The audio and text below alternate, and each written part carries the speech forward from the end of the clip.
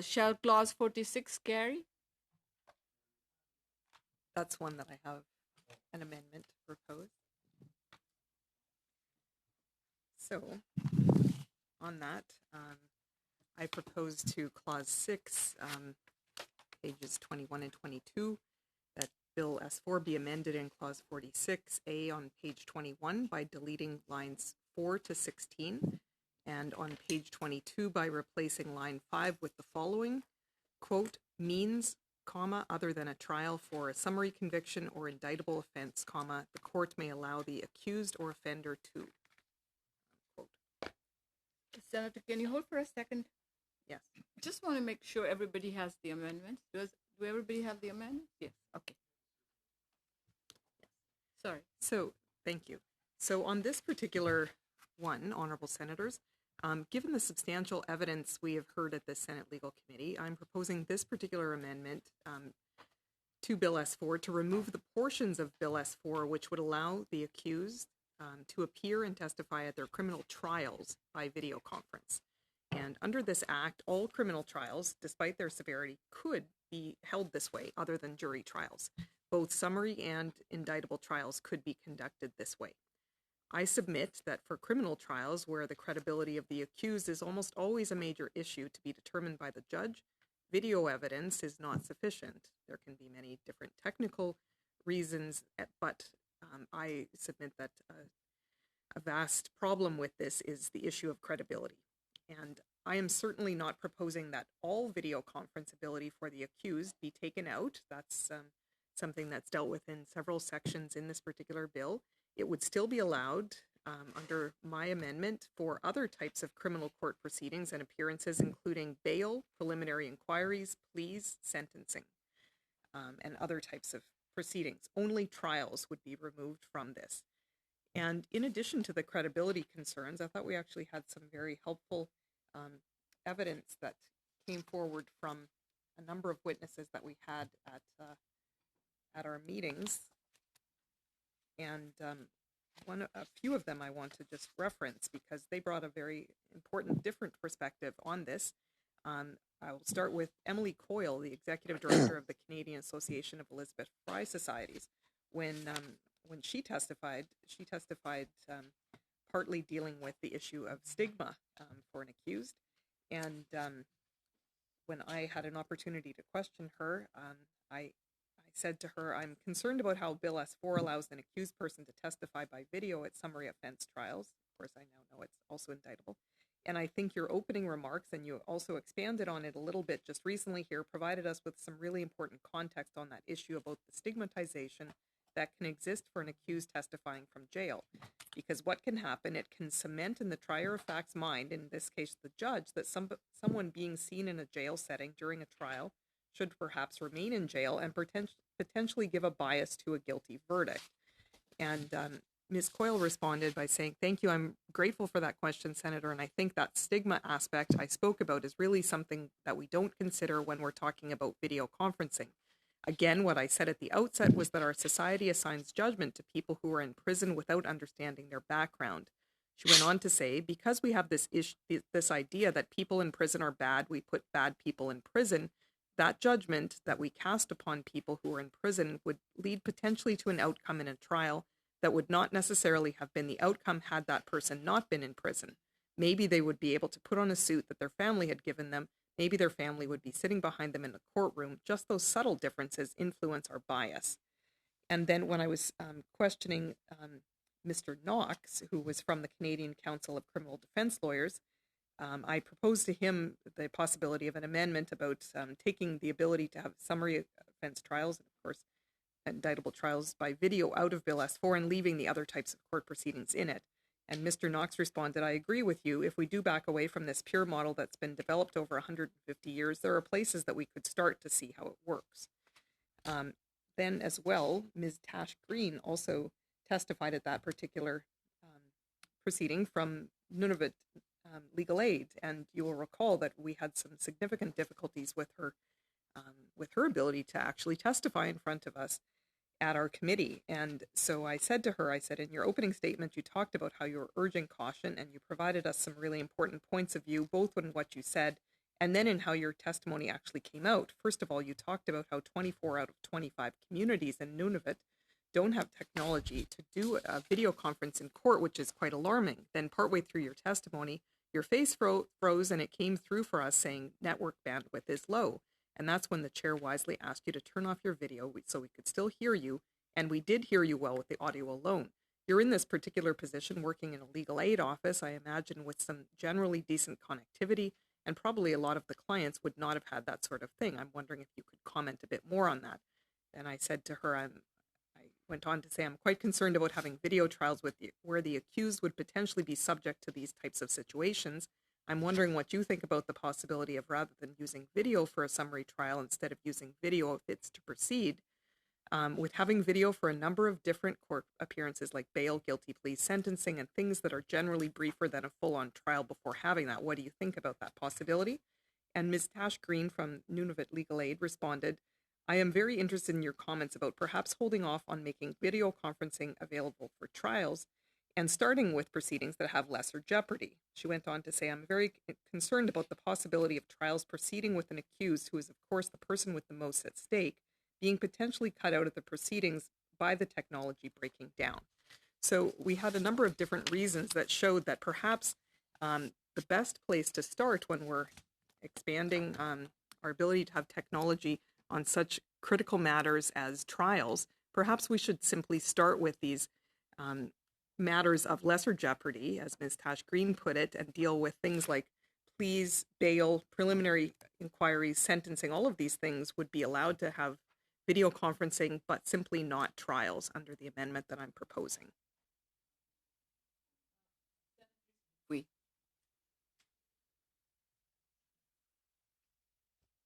J'ai une question, Madame la Présidente. I have a question of clarification, Chair. Yes? Thank you. I would just like to know, what is the number of the amendment? Senator Batters put forward 3 amendments. Can you give us the number of the amendment now being discussed, please?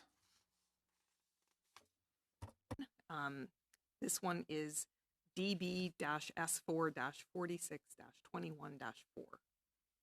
And the other ones that we're in a package of 3, those are amendments that I'm putting forward, but they're actually Senator Carignan will be speaking to those particular ones. So sorry about that. Donc, si je comprends bien, non, c'est No, that's fine. If I understand correctly, we're talking now about 46-20-19. Is that it? 46-21-4. 21-4, 46. Okay. This was sent out as a singular amendment on its own, and then there was a second email, I believe Mark sent, that had 3 amendments grouped together.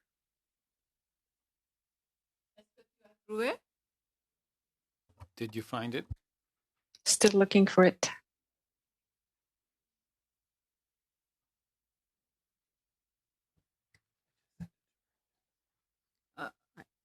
Sénatrice Dupuy, Marc Oui. a envoyé une autre fois à toi.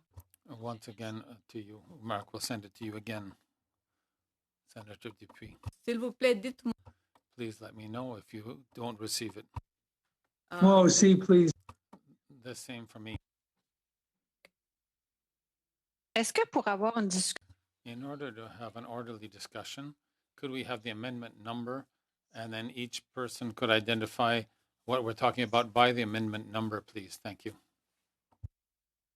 Je pense que Sénateur I believe that Senator Batters did that, but perhaps Senator Batters. Sure. Yeah, it's DB-S4-46-21-4. No, but it's clause 46. Oh, yes. Clause 46, pages 21 and 22.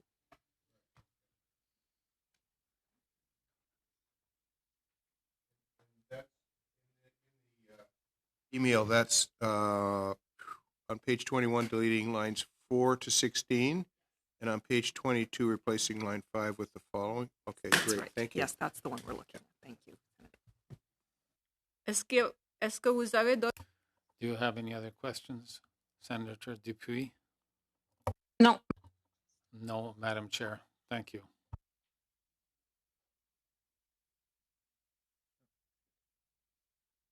You don't have a question, Senator White? You're good? Yes, I do. I didn't hear you actually, No problem. Madam Chair. Sorry. Sorry. No, just a quick question for Senator Batters. So in essence, you're arguing that all processes could be heard with the exception of criminal. I can't hear you. Sorry. There you go. Okay, can you hear me now? I can. Thank you very Okay. much. Were you, sorry, your end of your question was cut off. Were you saying, I'm proposing, like what the government is proposing in this bill is to allow a number of different criminal processes to happen Right. by video. And I'm simply proposing that Removing trials. trials for, yeah. So would that include non-criminal trials, like trials under provincial statutes, No, that kind of this stuff? is- Would they be included, or would they be excluded as well? This is simply an amendment to the criminal code, which amends that part where an accused is to be personally present in person throughout a trial, whether that be summary or indictable. And I'm proposing that in this bill, it would allow, it amends that to allow an accused to appear if the judge agrees, of course, and the other processes have happened. Right. But it would allow the accused to testify by video. And Okay. I'm proposing Thank you. to take that out. Appreciate that. Oh, thanks for clarity. Senator Weston.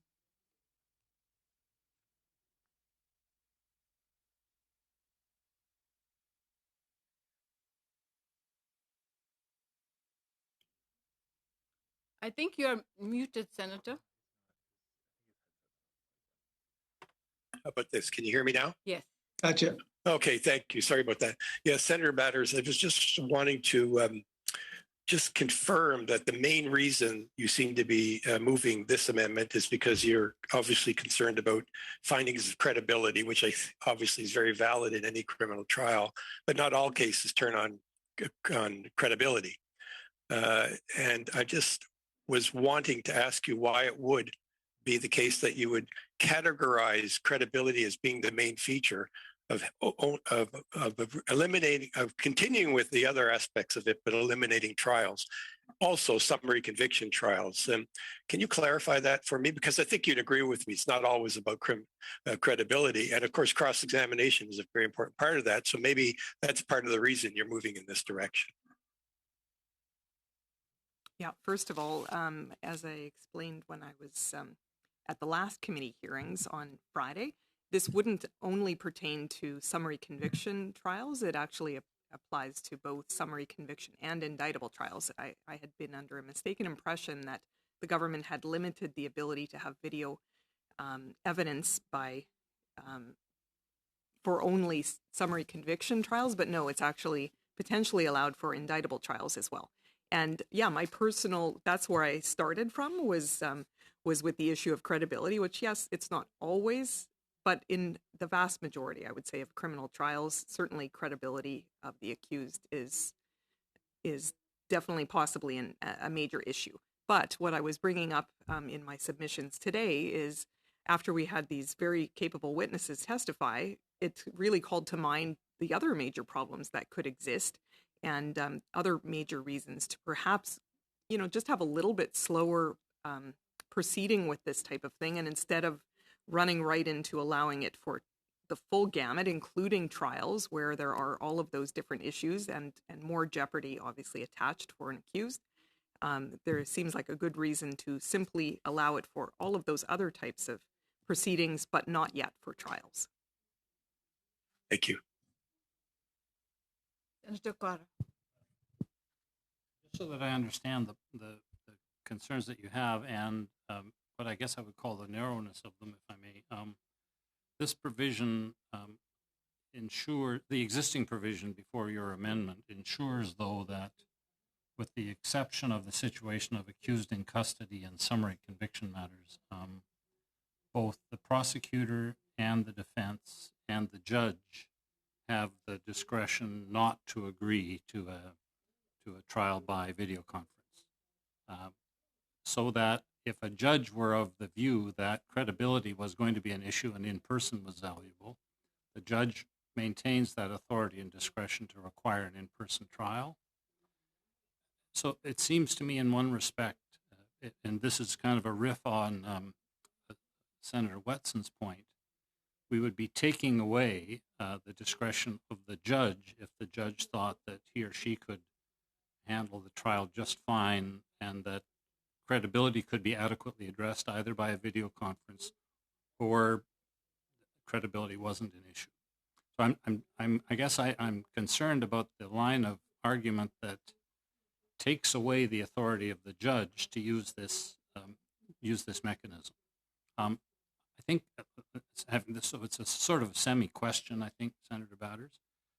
Let me just add as a kind of a postscript, I think I would be more sympathetic to slow walking this if we had not had the experience of COVID, where of necessity courts had to move aggressively to try to find and use technology to maintain effective administration of justice. And my sense is that we have learned a good deal from that, and the judiciary, Canadian Bar Association, the judiciary appear to be strongly supportive of this.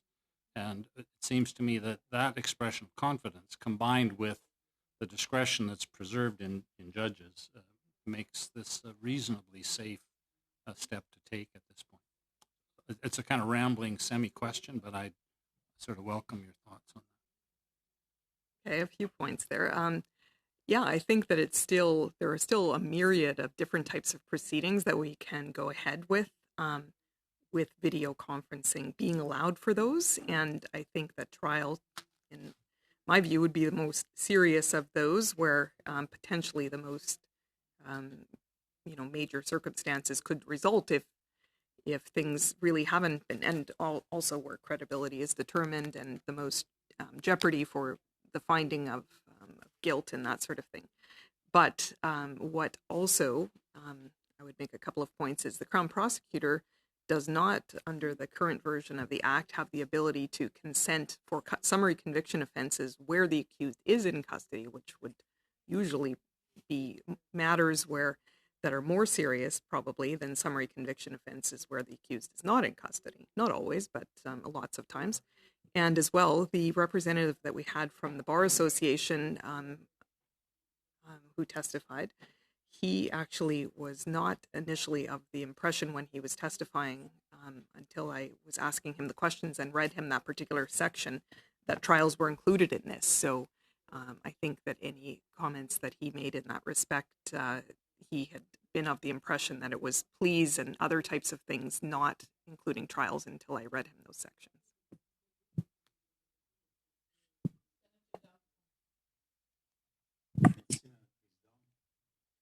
It's not a question. I'm going to explain why we should refuse this proposed amendment. So unless there's still other questions, I will wait. Senatrice Dupuy. Oui, merci, Madame. Thank you, Madam Chair. I had understood that we had objections and that certain witnesses that we heard were concerned about the fact that we were moving from one system that was set up on an emergency basis to make it permanent, and that we recommended doing studies to evaluate that. Am I to understand that what you're asking as an amendment, what you're proposing, Senator Batters, would be to turn the clock back before the experience over the past 2 years for trials, whether it's summary conviction or indictment? And in that sense, I'm trying to understand why at this time we would do that. I understand the issue of testimonial evidence, but I have a hard time seeing the justification that would get us to do that today instead of arrange things to do a serious study. I think that definitely that would be the appropriate time to do the studies. And actually, we had a witness, I was just trying to find, who said specifically that we should be taking time to actually do more studies and that sort of thing before going forward with the full ability to have video conferencing allowed for accused testimony at trials. And that hasn't taken place because this has gone forward very, very quickly. And actually, the major component of this bill is responding to COVID. So it's actually, its main purpose initially, certainly, and definitely the first time it was introduced was to deal with COVID measures. We're hopefully going to be moving out of that particular time frame, and things were done in a way that was not the ideal way to do things during the pandemic because it was of necessity and emergency. And it certainly seems like, where there's ability to have good progress on things, where this type of technology is beneficial, then I think it's worthwhile to move ahead. And that's why I'm proposing only to have trials taken out of this. And I certainly wouldn't say that it's moving back the clock. In fact, I just want to make sure that we're not putting that clock on such fast forward without the necessary studies and due diligence taken place to make sure that this is being done in the best, most efficient way for everyone concerned, victims, accused, the justice system in general. Senator Campbell. Senator Delphond.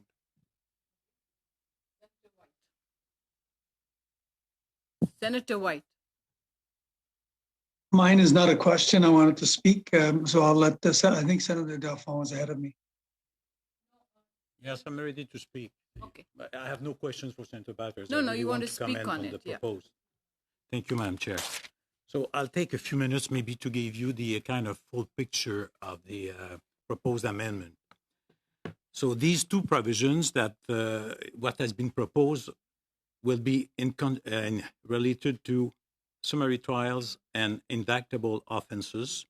The end result of the amendment, if we adopt it, and as I explained, I think clearly by Senator Batters, will prevent any trial where their witness evidence is going to be adduced to be held otherwise than in person.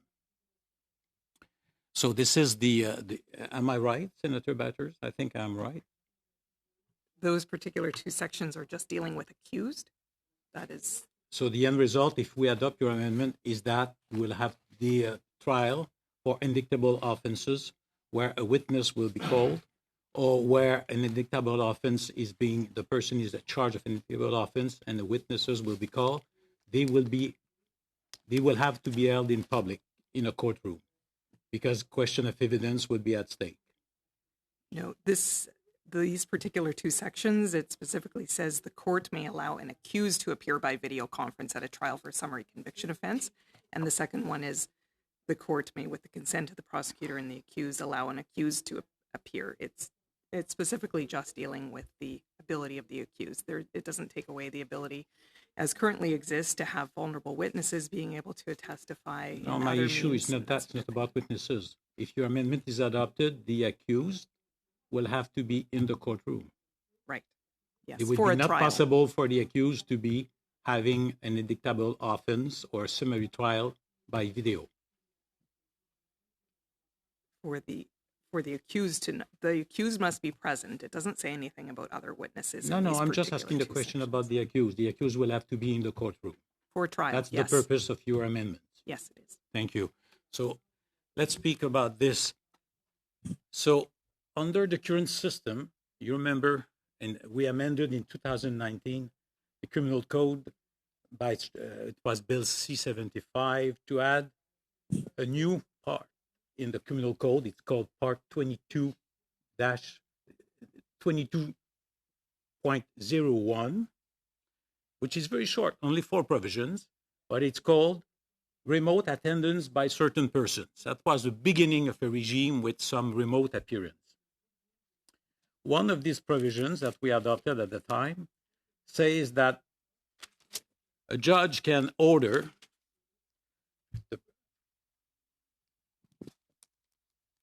or that somebody can appear through video. This is not as specific as the bill is now. We have other provisions that were about video appearance spread all over. The purpose of the bill is to bring all these provisions in that part of the code in order that we have a kind of all-encompassing or almost close to a all-encompassing regime for video and audio appearance. During the COVID, based on the general provision which is found in these 4 sections, judges read that as meaning that maybe they were entitled to have video conference, including for indictable offenses and summary trials, including where there were witnesses. So before what has been proposed today, it was possible to have summary trial where evidence was not adduced with witnesses to be on video. What is being before us is to make sure that we extend that to have also summary trials where there will be witness evidence. And this is to reflect what was the practice during the COVID, because using the general provision, judges in many provinces and territories saw that provision as entitling them, as a general provisions, to resort to it and to have appearance if it was proper to do it. So we will be going backward compared to what we have done over the last 2 years. That's the first comment. The second comment is about the fact that this won't apply to preliminary inquiry, where the code is also amended to have preliminary inquiry through video if the accused consent, including to have witness evidence. So you will have witness evidence, and that will continue to be possibly through video. Then the second thing is that it will not apply to when the accused enter a plea, even if witnesses are heard. This won't apply also for sentencings, even if witnesses are heard. What Senator Batters has targeted are only two provisions, those of the trial as such, and for summary convictions, and those of trial for indictable offense. So there is other cases where there will be witness evidence, where video will be used, but not for trial. So I wonder if this is the way to go. It's going to be confusing, I think. And what we heard from the witnesses that have appeared before the committee, especially in remote areas and in the Northwest, and I remember very well the testimony of the lawyer representing the Indigenous Lawyers Association, that the use of video, especially for summary proceedings, was a great improvement, because otherwise you have people to travel 500 kilometers down to a courthouse in order to be present in the courtroom to hear the evidence that's going to be presented, that could otherwise hear that evidence from the remote area. He gave that example of somebody that was hunting on the Quebec side of the border, but is living in Ontario and would be charged of hunting out of the season, for example. That person will have to travel 200 kilometers to hear the evidence, because it will not be, if the amendment is adopted, that person will not be able to do it through video. So I think this is running against the principle of access to justice and making it easier for people. The same is true about indictable offense. So I think this not only is going backward, but I think it's not access to justice and imposing on people that select to have their trial through video to have it. Because remember, none of this, trials for summary convictions or indictable offense, are possible without the consent of the accused. Thank you. Senator Campbell? Thank you, Madam Chair. I don't believe that we're turning back the clock. In fact, I don't think that we've moved forward on the clock a huge amount because of COVID and because of our ability to Zoom. So I don't want to get between a judge and a lawyer here, okay? But, you know, as a layperson, a trial is a big deal, okay? It's a big deal, especially if you're the one that's on trial. Not that I've ever been on trial. But I think that I think that we have to consider the seriousness of this in the context of one of our, at least one of the principles of Canadian justice is you get to face your accuser. And in facing your accuser, I don't know whether we would call that credibility or whatever, but there is an element of that that's very important. And I've testified in many, many, many, many trials, and I understand that concept. But as importantly, I think that every Canadian, and I know that we're always fighting this, but every Canadian needs to be able to be treated equally. And after I saw that demonstration from Nunavut, which was, as Senator Bader said, probably from some place that considered it had decent connectivity, we see that that simply isn't true. And it's not just Nunavut. If you go to the west coast of Vancouver or of British Columbia, or you don't have to get that far out of Dodge to run out of that connectivity. And I think that every Canadian should have the right to appear personally. Now, it may be a big step to say nobody gets to appear personally, but I'm not a firm believer that we have the technology right now to be able to do this without difficulties or problems. We use this hunting in Ontario and having to, that's not the kind of things we're talking about here. I mean, we're talking about people who live in communities where we have judges and council and everybody climbs on the plane and flies there. It may be old-fashioned, but we haven't got to the point yet where we can move beyond that, at least in the trial. Now, all of the rest of it, as it goes on, bail hearings, sentencing, all of the rest of this, as this goes on, we're going to perfect this. And we will be at the point where somebody can appear. But I don't think we're there yet. And I don't think you can discount credibility. I believe that credibility is important in every single case.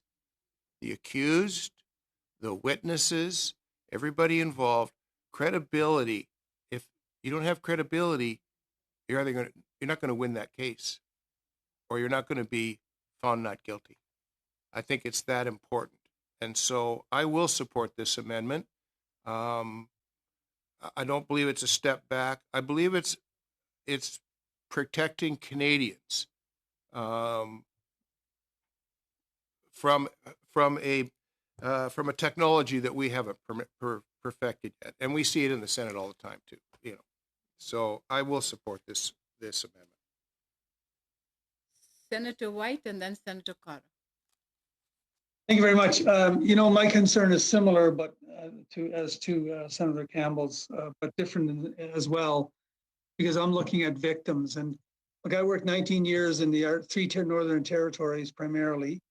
And those communities, their biggest complaint was their ability to actually participate in a trial. And even when we would try to move a trial from a community to a Iqaluit or Cambridge Bay or Yellowknife or Whitehorse, they would complain because the community themselves couldn't participate, and often the victims couldn't participate in the trial, in particular where they may not have, were not witnesses. So I guess I'm concerned about victims and whether or not they're being considered in this process. I appreciate that we should consider the interests of the accused, but I more consider the interests of the victim. And I think we need to walk before we run, and I'm not sure the last 2 years that we've proven that we walk very well. Thank you. I support this amendment. Senator Carter and then Senator Bader. Thanks. 3 or 4 points. What this amendment does is require the accused to be in court for a trial. It doesn't actually answer Senator Campbell's point, because it doesn't require the accusers to be in the courtroom. They can testify by video conference if that seems to be the way that the judge thinks the matter should proceed. So if you are that interested in wanting the person to be able to face their accusers, you have to require then an amendment that says everybody has to show up in the courtroom. Point number 1. Point number 2, if the accused wants to face their accuser in the way that you've described, the accused can always insist on being there in person. They have that authority under this legislation. So it seems to me that those are complete answers to Senator Campbell's concern. Let me go a little bit further. We talked quite a bit about credibility, but let me just remind you about the criminal justice process. The accused is not required to testify. And let me now talk about the realpolitik of defense counsel. Most defense cases are tests of whether the Crown can prove their case. So a significant number of those cases, the accused never testifies for obvious reasons that we could discuss in other contexts. So that the real questions of credibility tend to be, is the case made out well enough for a conviction? And if you think credibility is important, you should then say every one of those witnesses has to be there in person. But we're not saying that. We're saying the accused has to be there in person. Because implicitly we are saying we want to figure out whether we trust the accused, who most of the time won't even testify. So that's a kind of a peculiar way of addressing credibility, when in fact most of these cases turn on the quality of the prosecution evidence. Lastly, and here I speak from experience, I did some criminal defense work earlier in my career. My specialty was speaking to sentence, which basically is another way of saying that most of my clients got convicted. And I think Senator Batters makes a fair observation about my quality as a defense counsel, and fair enough. But here is the point. In lots and lots of cases, what mostly matters is what happens in sentencing. Lots of people plead guilty.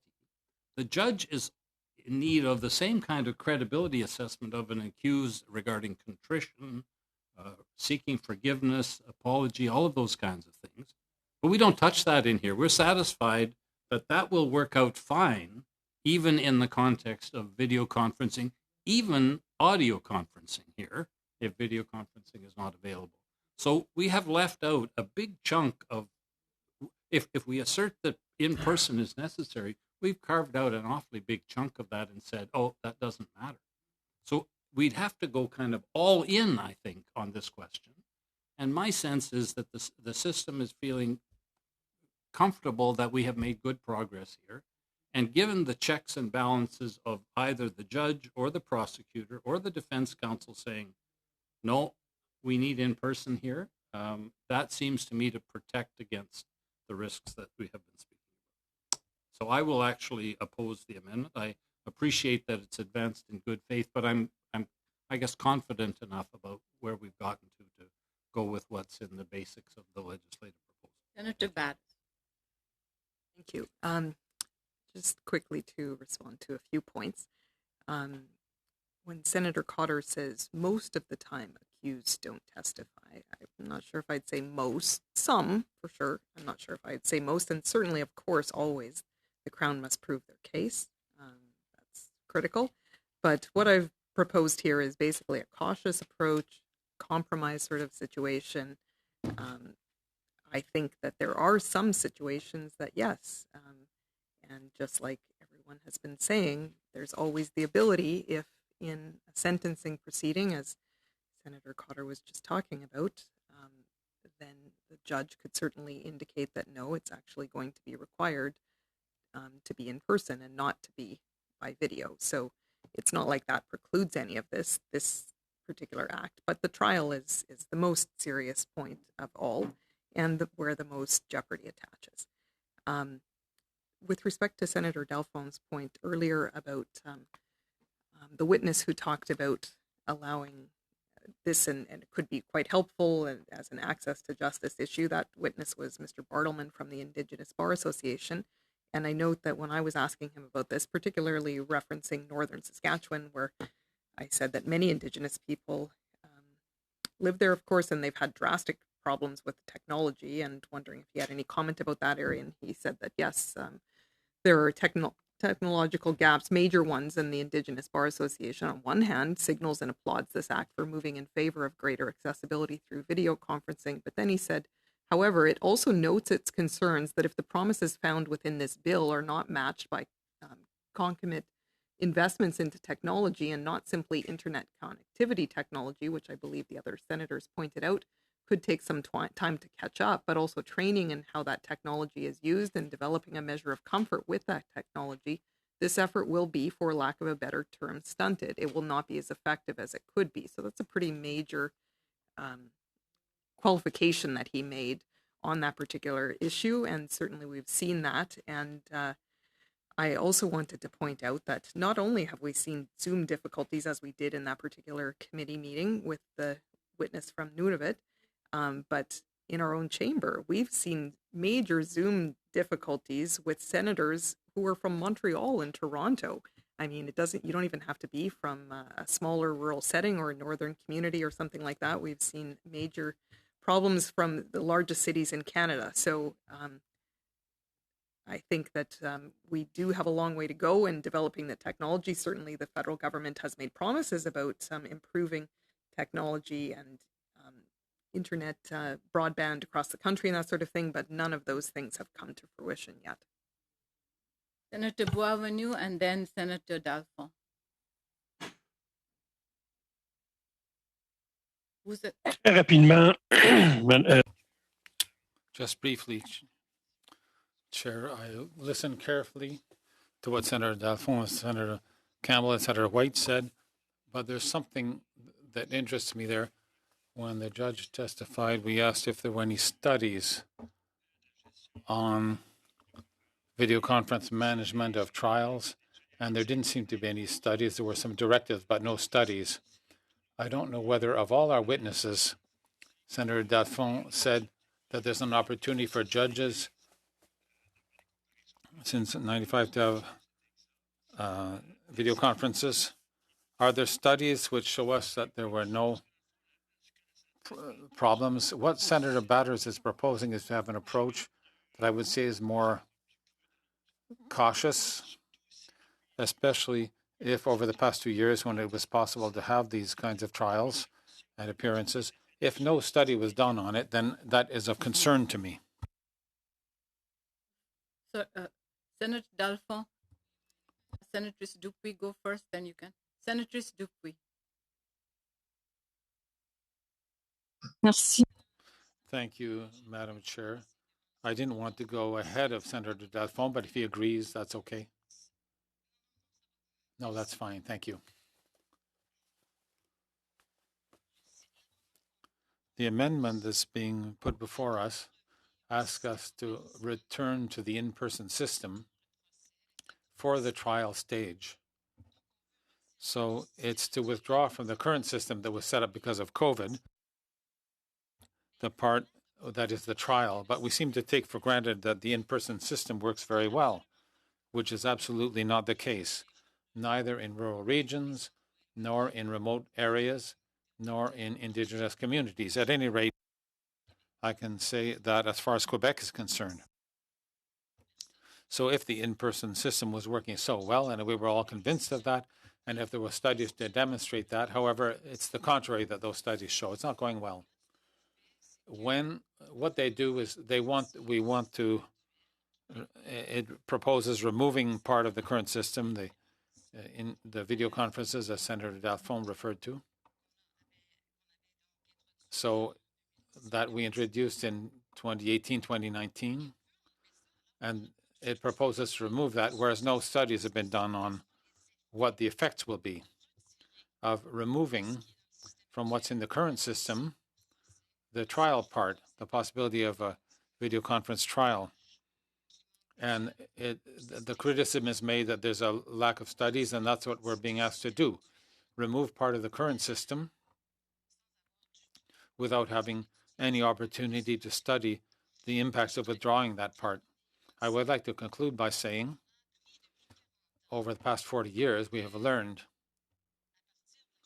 that based on jurisprudence on human rights, that real equality between people does not mean that everyone has to have the same treatment in the same way and that you have to all be treated exactly the same. Actual equality in some cases can mean a video conference or in person. And in that sense, I think that we cannot say because you're in person that you're going to be treated with equality, or if you're in a video conference that you're going to be treated inequitably. That's not what jurisprudence teaches us. So I am unable to support that amendment. Thank you. Thank you, Senator Dalphon. Merci, Madame la Présidente. Thank you, Madam Chair. To pick up on what Senator Dupuy just said, it's the current section of 715 7.23 that allows audio conference or video conference appearance when ordered by the court. That is the provision that was subject to more creative use during the pandemic time. And it's proposed to replace it with provisions that are codified here that would entitle or specify that it's only with the authorization of the accused and the Crown in most cases. And secondly, you have to realize what is a summary trial. It's not necessarily the biggest thing. It's going to last for 2 hours. It can last sometimes 15 minutes in front of the judge. It's documentary evidence that will be adduced, and perhaps one witness will come forward to present documents and will not even be subject to a lengthy cross examination on the documents. So we would require the accused to be present at the courthouse for all those cases, the closest one to where they live. And what's going to happen is that when the burden placed on the accused is going to be too high, they'll simply plead guilty and not show up, because they can still plead without being present in court, because the section on pleading by video conference would still be allowed. And Senator Batters is not proposing to amend that. So we'll end up with results where people will be forced to avoid losing a day or two of work to go travel somewhere, or who have physical restrictions or whatever. They'll be forced to plead guilty. It seems to me that the logic behind it is that we have to defeat the amendment. I understand the intention of asking questions, but I think the train has left the station, as Senator Weston already said some time ago. It's not all virtual trials. The general principle is in the Article 715.21 that whoever is to appear or have a procedure, the person can do it in person. An in-person trial with certain exceptions remains with the authorization of the accused. So I think that here we have a system that is the best of both worlds. Thank you, Madam Chair. Senator Batters, for bringing this. I agree with the sentiment behind this. I'm curious as to whether there are any of the other amendments that people see would address some of the procedural protections that I think are at the heart of what you're proposing. Because I share, as you could no doubt tell from some of the questions of the witnesses, the concern about the fact that this has been developed principally for the system to make it easier to administer justice from the state's perspective, and not necessarily focused on the protection of the accused and others who are part of it. So I'm just curious. I know it's a bit beyond the scope of talking about this particular amendment, but I think some of the other amendments might address some of these issues. If anybody, or if I'm reading them correctly. Maybe not. Ms. Morency, do you want to say anything?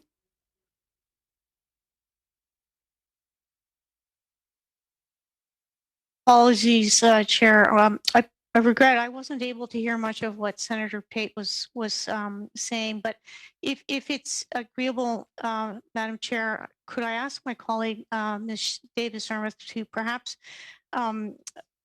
encapsulate a little bit of what is the existing law? And I think that will also help to speak to the point that Senator Delphone just made about the existing starting position that S4 maintains. Thank you very much. As Ms. Morency pointed out, Senator Delphone has mentioned these provisions, but I'll just mention a few technical effects that might result if this particular motion were carried. Because the proposal in the motion would be to remove the provisions relating to trials that would be relocated and modified and put into the new part on remote proceedings. There is one clause that has already been passed or carried. That's clause 38, which would repeal part of section 650, subsection 1.1. That subsection right now is a provision that does expressly allow the accused person to appear remotely at trial, except for where evidence is being presented. So because that has carried, that would be repealed from the bill unless that can be reversed. So that's one area that could be reviewed as a step backwards, because that's a provision that's been in place since 1994. So because the motion would take away the amendments S4 that would specifically speak to trials, indictable and summary conviction trials, that would undo that authority the courts currently have to allow accused persons to appear this way. And then looking forward to a clause of the bill that has not been voted on yet, looking ahead a little bit, there's clause 51 in relation to subsection 2.1 of section 800 of the criminal code.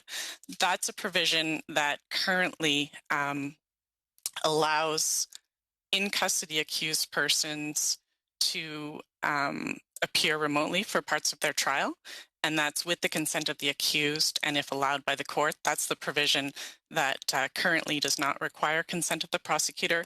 And that's why in proposed section 715.232 paragraph B, there's a distinction between A and B. If the accused is not in custody, the consent of the prosecutor is required, but if they are in custody, it's not. And the reason for that is that has already been the law under the criminal code since 1997. So the bill does not propose to change that, because there haven't been any identified concerns from prosecutors to date about not having the ability to consent in those particular cases. So one of the considerations, as I mentioned, is that this motion would take away some of the express authorities that currently exist in the criminal code to have trials where evidence of a witness is not being heard. And as Senator Delfont has also mentioned, during the course of the pandemic, so there's two things that were at play during the course of the pandemic. There were the conditions of the pandemic that urged greater scrutiny of the provisions in the criminal code that allow remote appearances for different proceedings and different purposes. And then there was also the arrival of the amendments in Bill C-75 that expanded the ability for remote appearances. So to date, many courts have found that they do have the authority under the existing provisions of the criminal code to hold entire trials with the accused persons appearing remotely. One of the ways that they've done that is under section 652B of the criminal code, which allows the accused person to not be present for parts of their trial under certain circumstances. And they've also done it with section 715.2.3 of the criminal code, which was enacted with Bill C-75 in 2019. Sometimes in combination of those two, and sometimes with one of them alone. If I may, one of the potential benefits that the committee might consider in relation to the fact that many of these trials are already being heard is what Bill S4 proposes to do by putting these two particular provisions in the part of the code dealing with remote appearances. Is it puts them squarely there. It provides the clear path to do so, but it also does it in the context of the other safeguards that exist that are in this section that speak to things like access to counsel and make it very clear which types of considerations the court should consider. So although not to say that the courts haven't been considering those things already and that they don't know what needs to be taken into consideration, and there are many existing principles of justice that they already take into consideration and are required to do so when exercising their discretion. But now those factors that are in proposed section 715.2.3 of the criminal code would clearly apply when they're making these decisions. And some of those other provisions that I had mentioned that are in the current criminal code don't expressly provide that type of guidance to courts in terms of factors to consider when making these types of decisions. Thank you. Thank you. Senators, is it your pleasure to adopt the motion in amendment? Oh, Had one. oh, sorry, I didn't see. No, that's okay. Sorry, Senator Batters has something to add. Yes, thank you. First of all, just with respect to what the justice official was just saying about she was saying that apparently it's correct that the Crown prosecutor has the ability to consent where it's a summary conviction trial and the accused is in custody. But if that's true, then they've confused even the Canadian Bar Association, who in their brief indicated that they thought that was an amendment that should happen, is the ability for the Crown prosecutor to consent where the accused is in custody for summary conviction trials. So I just point that out. Also, Senator Dupuis, when she was giving her recent remarks, it's actually precisely for those types of reasons that Senator Dupuis noted that the current in-person system is not working, perfectly, and there's many improvements that could be made. And so that's why I'm proposing this kind of a cautious approach, which would allow video conferencing for many of those different types of criminal proceedings, pleas, sentencing, preliminary inquiries, those types of things. And just simply trials is the one that I think is currently just a little bit too far. As well, Senator Carignan very smartly reminded me that the Barreau de Quebec, they're people that are working on the ground in the criminal justice system every day, and they are opposed to video testimony for accused at trials. Thank you. Is it your pleasure, honorable senators, to adopt the motion in amendment? No. So we'll have roll call and that. The vote is on the motion and amendment. Shall it carry? The Honourable Senator Jaffer. No. L'Honorable Sénatrice Jaffer votes no. The Honourable Senator Batters. Yes. L'Honorable Sénatrice Batters vote oui. L'Honorable Sénateur Boisvenu. Oui. The Honourable Senator Boisvenu votes yes. The Honourable Senator Campbell. L'Honorable Senator Campbell votes oui. The Honourable Senatrice Clément. No. The Honourable Senator Clement votes no. The Honourable Senator Cotter. The Honourable Senator Cotter votes no. L'Honorable Senateur Dalphon. The Honourable Senator Dalphon votes no. L'Honorable Sénatrice Dupuis. No. The Honourable Senator Dupuis votes no. The Honourable Senator Harder. L'Honorable Senator Harder votes no. The Honourable Senator Pate. L'Honorable Senatrice Pate votes no. The Honourable Senator Whetstone. No. L'Honorable Senator Whetstone votes no. The Honourable Senator White. Yes. L'Honorable Senator White votes oui.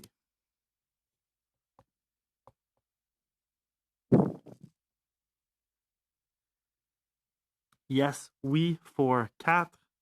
No's, non, 8, 8.